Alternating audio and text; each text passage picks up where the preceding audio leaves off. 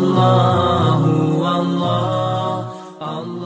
یہ 26ویں پارے کی سورہ فتح ہے۔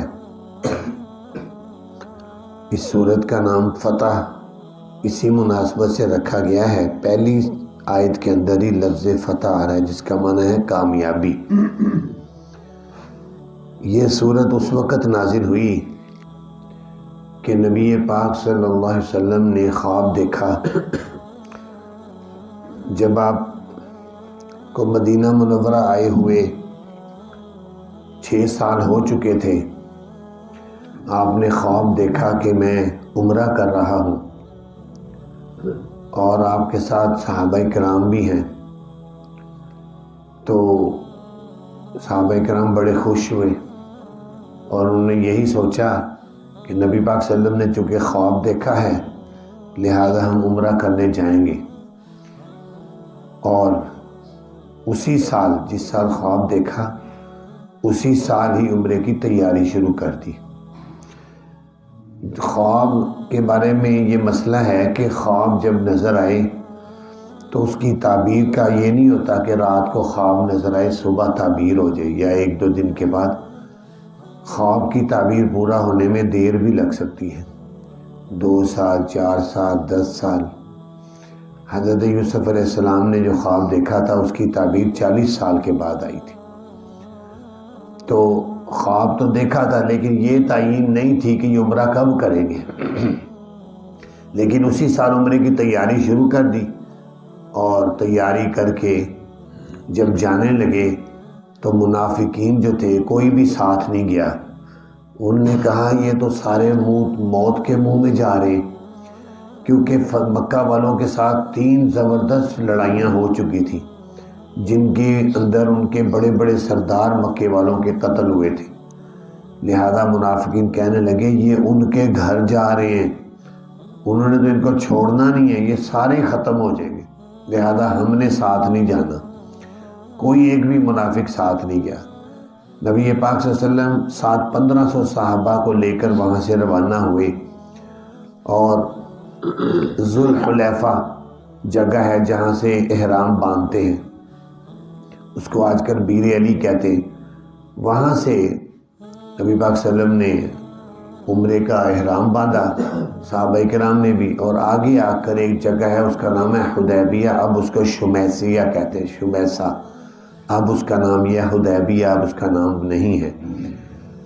تو وہاں جب ٹھہرے، وہاں کر رکے، تو مشرکین کو مکے میں پتہ چلا کہ نبی پاک صلی اللہ علیہ وسلم جو ہے آ رہے ہیں، 1500 صحابہ ساتھ ہیں۔ پہلے تو وہ یہی سمجھے کہ یہ ہم پر حملہ کرنے آ رہے، لہٰذا انہوں نے اپنے بھی اسلحے پکڑ لیے اور تیاری کر لی لڑائی کی۔ جب تحقیق کی پتہ کیا تو نہیں، انہوں نے تو احرام باندھے ہوئے، اور احرام باندھنے کا مطلب یہ ہوتا تھا کہ صرف عمرہ کرنے آ رہے۔ تو انہوں نے 1-2 بندے بھیجے بات چیت کے لیے کہ عمرے کے حوالے سے کہ جو کرنے کیا مقصد ہے آپ کا آنے کا۔ بات چیت ہوئی، 2-3 بندے گئے مشرکین کے، بات چیت طے نہیں ہوئی۔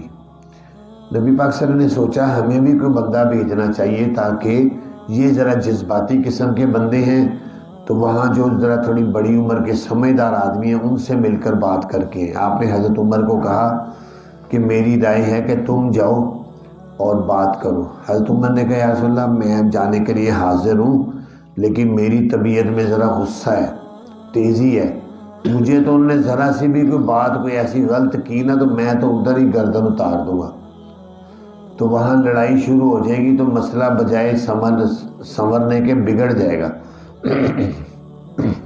میری رائے یہ ہے کہ آپ حضرت عثمان غنی کو بھیجیں، ان کی ذرا طبیعت ٹھنڈی ہے، تو وہ ذرا بات کو ٹھنڈے دل سے سنتے ہیں تو جذباتی اور غصے میں جلدی نہیں آتے۔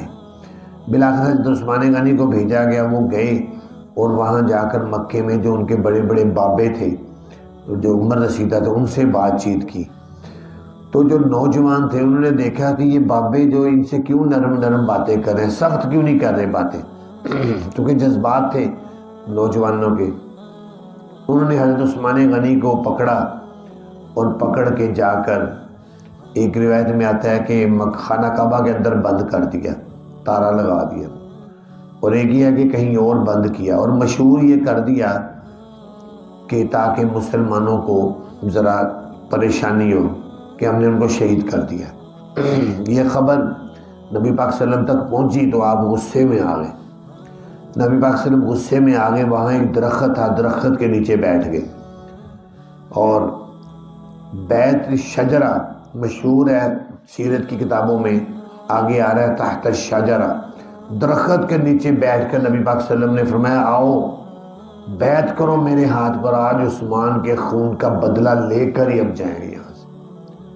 اور ایسے کر کے فرمایا یہ میرا ہاتھ ہے، یہ عثمان کا ہاتھ ہے، اپنے ہاتھ پر ہاتھ رکھ کر بیعت کی۔ پھر سب صحابہ نے بیعت کی، تو پھر اس کے بعد انہوں نے مشرکین کا ایک بندہ آیا سہیل بن عمر، تو سہیل سہل سے ہے، سہیل کا معنی آسانی، تو سہیل بن عمر آئے تو بات چیت کی، نبی پاک صلی اللہ علیہ وسلم اس کو دیکھتے ہی کہا اب معاملہ حل ہو جائے گا، چونکہ سہیل سہل سے آپ نے اچھا اس کا مطلب لیا کہ آسانی، تو آ کر بات چیت ہوئی، انہوں نے طے ہو گئی کہ ٹھیک ہے جی مسئلہ، اب شرائط طے کرنے کے لیے بیٹھے۔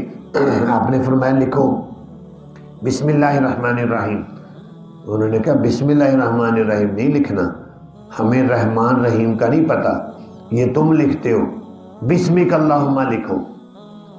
نبی پاک صلی اللہ علیہ وسلم نے فرمایا یہی لکھ دو، حضرت علی لکھ رہے تھے۔ پھر آپ نے فرمایا ہاذا لکھو، یہ فیصلہ وہ ہے جس کو کیا ہے محمد رسول اللہ نے۔ انہوں نے کہا نہیں یہ بھی نہیں لکھنا، یہ فیصلہ کیا ہے محمد رسول، اگر ہم آپ کو رسول اللہ مانتے تو ہم آپ سے لڑتے کیوں، ہم آپ کو رسول اللہ مانتے ہی نہیں، آپ لکھیں یہ فیصلہ کیا محمد بن عبداللہ نے۔ نبی پاک صلی اللہ علیہ وسلم نے فرمایا ٹھیک ہے محمد بن عبداللہ لکھ دو۔ پھر اس میں آگے شرائط طے ہوئی کہ ابھی یہ سب لوگ واپس چلے جائیں گے، کوئی ایک بھی عمرہ نہیں کرے گا، اور آئندہ سال آپ لوگ عمرے کے لیے آئیں گے، 3 دن سے زیادہ یہاں نہیں ٹھہر سکے، بس عمرہ کر کے فوراً واپس، کسی کے پاس ہتھیار نہ ہو۔ تو اس طرح کی شرائط بڑی شدید قسم کی انہوں نے لکھی، نبی پاک صلی اللہ علیہ وسلم نے ساری شرائط مان لی، شرائط مان دی، ٹھیک ہے جیسے کہہ رہے۔ اور اس کے بعد آپ نے وہاں سے جب شرائط طے ہوگی کہ اگلے سال عمرہ کا واپس آنے لگے، تو اس وقت یہ صورت نازل ہوئی، اور اس میں انا فتحنا لک فتحا مبینا، بے شک ہم نے کامیابی دے دی ہے آپ کو اے پیارے پیغمبر، کھلی کامیابی، ہم نے آپ کو فتح دی ہے۔ تو حضرت عمر آ کر کہنے لگے یا رسول اللہ یہ ساری شرائط جو طے ہوئی ہیں یہ تو ہمارے خلاف ہیں، تو یہ فتح ہے، یہ کیسی فتح؟ نبی پاک صلی اللہ علیہ وسلم نے فرمایا فکر نہ کرو، یہ فتح ہی ہے، اور بلکہ فتح کی تمہید ہے، تم دیکھو آگے ہوتا کیا ہے۔ بہرحال نبی پاک صلی اللہ علیہ وسلم وہاں سے واپس آ گئے، احرام کھول دیے اور اس کے بدلے میں جانور ذبح کر دیے۔ وہاں سے واپس آ گئے تو مکہ مکرمہ کے ساتھ یہ معاہدہ طے ہونے کی وجہ سے معاملات نرم پڑے اور لوگ آنا جانا شروع ہو گئے، عام طرف شروع ہوئی، اور حضرت خالد ابن ولید آئے، وہ مسلمان ہو گئے، فاتح شام ہے۔ اسی طرح حضرت عمرو بن العاص آئے جو فاتح مصر ہے، وہ مسلمان ہوئے۔ اسی طرح بڑے اچھے حالات پیدا ہوئے، اور پھر اگلے سال پھر صحابہ کرام عمرے کے لیے تشریف لے گئے۔ تو اس کی اس آیات میں اسی کی خوشخبری سنائے گی کہ بے شک فتح دی ہم نے آپ کو، فتح کھلی، لیغفر اللہ لک ما تقدم من ذنبک، تاکہ بخش دے اللہ تعالیٰ آپ کے وہ گناہ جو پہلے ہو چکے ہیں، وما تاخرہ جو پیچھے ہوں گے۔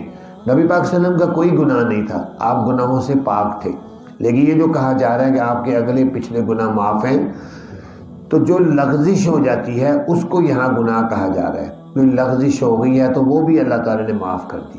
وَيُتِمَّ نِعْمَتَهُ عَلَيْكَ، اور مکمل کر دی اللہ نے اپنی نعمت آپ پر، اور چلائے گا آپ کو سیدھے راستے پر۔ وَيَنْصُرَكَ اللَّهُ نَصْرًا عَزِيزًا، اور مدد کرے گا آپ کی اللہ مدد غالب۔ وہ اللہ وہ ذات ہے جس نے اتارا ہے سکون ایمان والوں کے دلوں میں، تاکہ زیادہ ہو وہ ایمان میں اپنے ایمانوں کے ساتھ، اور اللہ ہی کے لیے لشکر آسمانوں کے زمینوں کے، اللہ تعالیٰ ہے علم رکھنے والا، حکمت والا۔ لِيُدْخِلَ الْمُؤْمِنِينَ وَالْمُؤْمِنَاتِ، تاکہ داخل کرے ایمان والے مردوں کو، ایمان والی عورتوں کو جنتوں میں، جاری ہوتی ہوں گی ان کے نیچے سے نہریں، ہمیشہ ہمیشہ رہیں گے اس میں۔ وَيُكَفِّرْ عَنْهُمْ سَيِّئَاتِهِمْ، مٹا دے گا وہ اللہ ان سے ان کے گناہوں کو، اور ہے یہ اللہ کے نزدیک کامیابی بڑی۔ اور عذاب دے گا منافق مردوں کو، منافق عورتوں کو، مشرک مردوں کو، مشرک عورتوں کو، جو گمان کرتے ہیں اللہ کے بارے میں برا گمان، انہی پر ہے، انہی پر پڑے گی بری جو ہے مصیبت۔ وغضب اللہ علیہم، اور غضبناک ہوا اللہ ان پر، اور لعنت کیا اللہ نے ان پر، اور تیار کیا ان کے لیے جہنم کو، اور بہت بری جگہ ہے۔ اور اللہ ہی کے لیے لشکر آسمانوں کے زمینوں کے، وَكَانَ اللَّهُ عَزِيزًا حَكِيمًا، اور ہے اللہ تعالیٰ غالب حکمت والا۔ اللہ تعالیٰ سے دعا ہے اللہ تعالیٰ ہمیں قرآن پاک کو سمجھنے کی توفیق عطا فرمائے۔